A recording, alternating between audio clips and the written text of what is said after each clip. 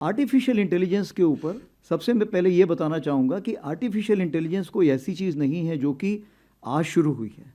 ये artificial intelligence हमारे साथ हमेशा रही है, चलती रही है। इसके मायने बदलते रहे हैं, इसके दायरे बदलते रहे हैं। तो जहाँ तक सवाल है कि इसको हमने कैसे यूज़ में लाया, इस्तेमाल किया, तो सबसे पहली बात करेंगे प्रेडिक्टिव एनालिसिस। जैसे आपको पता होता है कि हमें दुश्मन कहाँ पर जाएगा, कहाँ पर बैठेगा, इन चीज़ों के बारे में पहले से ही ज्ञान होता है और पहले जो एक पैटर्न बना होता है। तो ऐसी जगहों पे हमारे पास कुछ सिस्टम्स होते हैं जिसके बेसिस पे हम उसको मॉनिटर कर सकते हैं और जो हमारी वार्निंग लाइंस होती हैं उस लाइंस को हम उसके हिसाब से एक्टिवेट कर सकते हैं। उसी प्रकार से अगर देखा जाए तो हमारा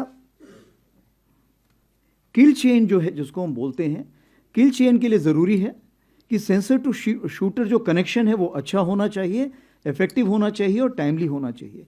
इस किल चेन को हमने काफ़ी इस बार इस्तेमाल में लाए और वो काफ़ी इफेक्टिव होने के कारण हम सही जगह पर टारगेट को एड्रेस कर पाए।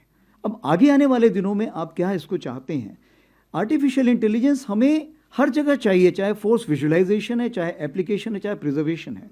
उदाहरण के तौर पे मैं आपको बताऊंगा, जैसे एयर लिटोरल की हम बात करते हैं, इसमें हम देखते हैं कि बहुत ही ज़्यादा ड्रोन्स इस्तेमाल होंगे और बहुत ज़्यादा फ्लाइंग इक्विपमेंट इस्तेमाल होगा। तकरीबन 97% जो स्पेस है वो आर्मी के इक्विपमेंट से भरी रहती है। उसके लिए हमने कुछ कोशिश की है। सक्षम का हमने अभी एक कार्रवाई की है जिसके लिए ऑलरेडी काफ़ी एडवांस स्टेज में है, जो एक ऐसा सॉफ्टवेयर बनाएंगे जो हमारे वहाँ पे फ्लाइंग इक्विपमेंट को मैनेजमेंट सिस्टम हमें प्रोवाइड करेगा। उसी प्रकार से आप देख लीजिए CICG, कुछ हमारे पास ऐसे सिस्टम हैं जो कि हमारे लॉजिस्टिक्स मेंटेनेंस के लिए हैं।